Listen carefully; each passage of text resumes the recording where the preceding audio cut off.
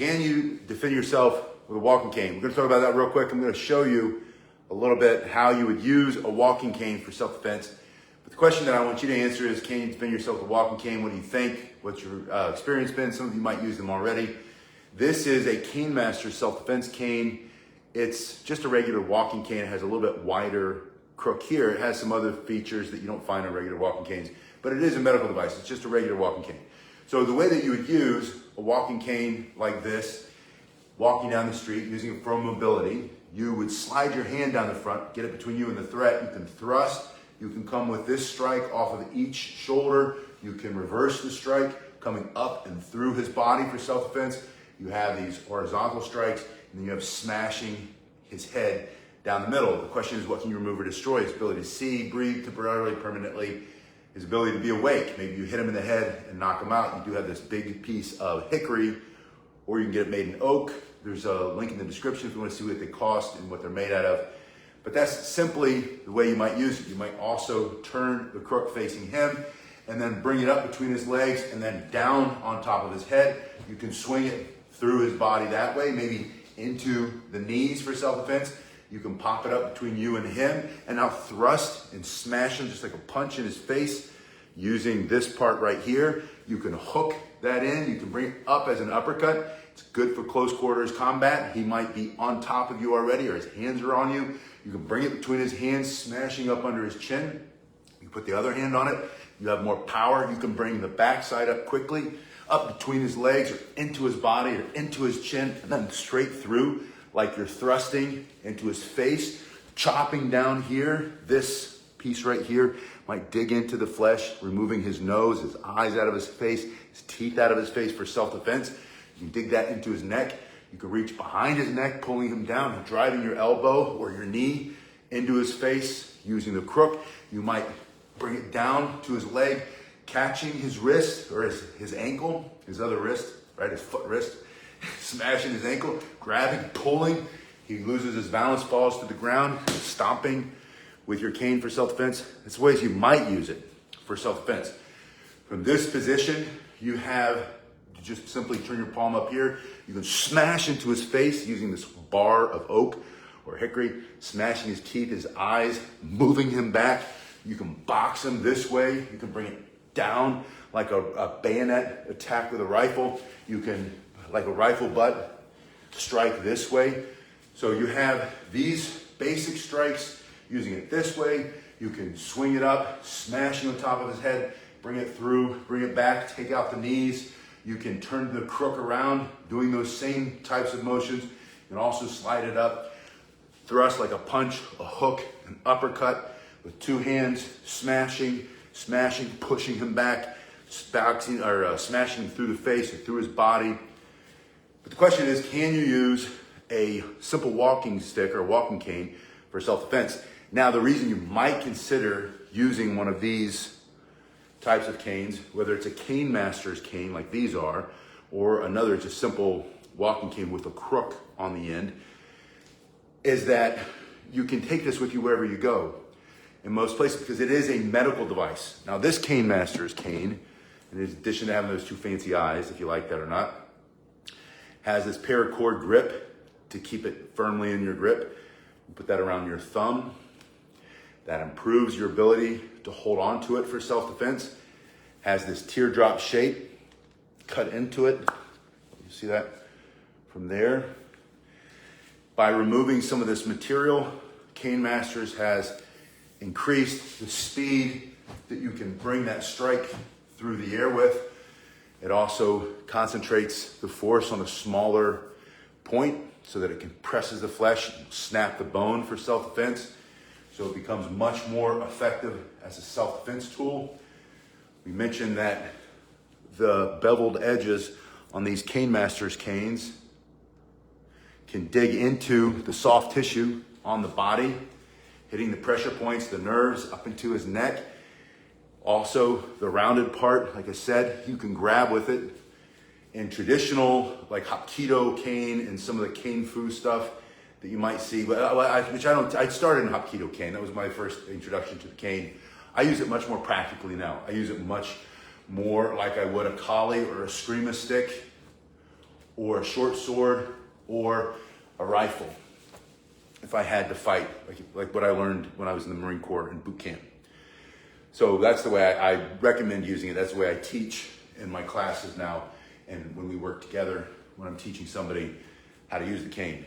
If you need the cane for mobility, what I was saying about the being a mobility device, in most places around the world, especially in the Western countries, and especially here in the United States, we have the Americans with Disabilities Act, which says you can take this anywhere you go. You can take this onto the plane, through TSA, onto the train, public transportation, into the courthouse.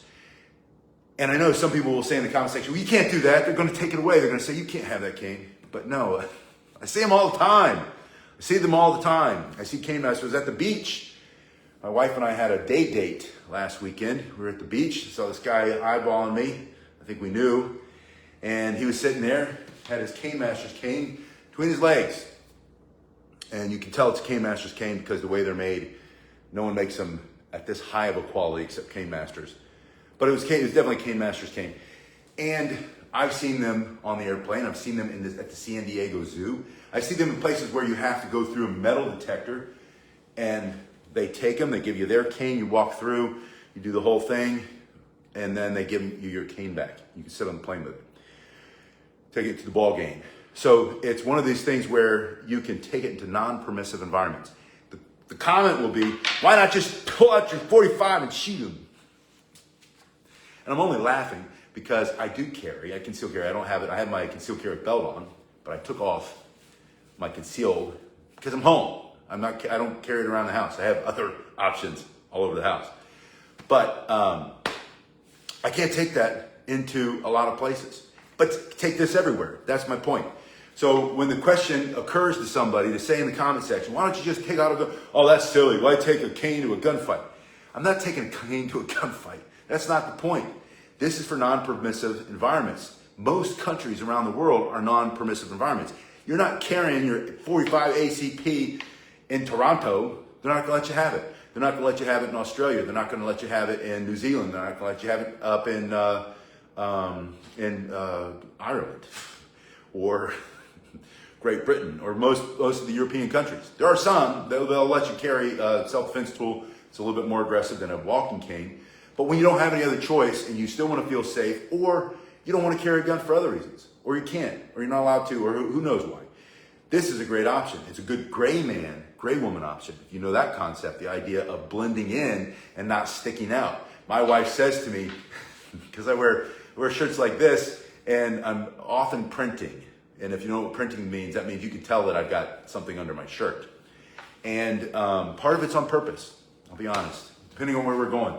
I kind of want people to stay away from me and know that I'm ready to defend and protect my family. And we do have, I live in an open carry state now, but I don't open carry. But I do, if you pay close attention, you might see it. Usually I keep it hidden. When I go to church, I wear a bigger, baggier, thicker material so you can't see it. But I believe in carry. So put that argument to rest. I'm not saying bring this to a gunfight, but I do want to show you this. This is really important to me, and I think to you too. They could have a blade. You have reach advantage. That means you can hit them with this and keep them away from you, and possibly, hopefully, ideally, crack him across the skull, knock him unconscious so that he can't use his operating system to operate that knife to stab you or slash you to death. Maybe you can smash it out of his hand, thrust through his face, take two hands and crack him enough to make him drop his knife so he doesn't try to take away your life, your dignity, your freedom, maybe hurt your child or your grandchild. If you need a cane for self-defense or for mobility so that you would fall to the ground if you picked it up, you can lean on one and fight with the other cane. And I know some of you do because you tell me, you send me notes in the mail all the time. You put them in the comment. I use one cane to walk with and one cane for self-defense. Some of you are in a wheelchair and you carry a cane in your lap in your wheelchair for self-defense. You can't even use the cane for mobility because it just doesn't work anymore, but you still believe in the self-defense cane. So the question is, because I want to hear what you say, and I want those comments in the comment section. Let me know. Do you already use one? Do you think it's silly? Are you one of the people who say, don't teach old people that? Are you one of the people who say, oh, you should just run away. Well, my hip hurts so bad most days, and my knees. And this one, the one they replaced, it doesn't feel like great anymore either.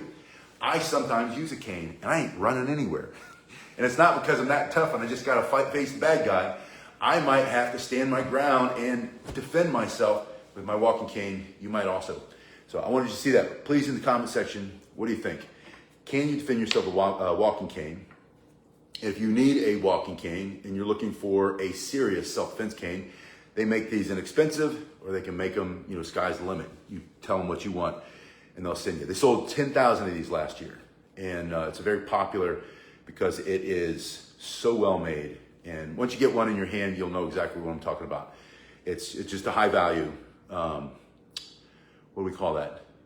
Yeah, you get a lot, it doesn't cost so much, but you get a lot of value out of what you pay for. So thanks, Jim. Jim says, great lesson taught here. Jim, great to see you. Let me know, please, what do you think? Walking cane for you, not for you. You don't like the look of it. Maybe you carry an umbrella instead. An umbrella, you can get an umbrella with the crook on the end, or you can get a straight umbrella. And most good solid umbrellas are 36 inches, just like a walking cane. And you can do all the same thing. There was that European, I think it was British, came out of a movie, maybe Bartitsu or something. These guys were beating people up with the umbrella. Great thing about the umbrella, they throw acid on your face, or they throw feces or something else at you. Maybe they're going to throw gasoline and try to light you on fire. You can open it up and deflect, and then also use it as that stick, especially if it's a good self-defense umbrella. Maybe that'll be our next video. I'll see you guys on the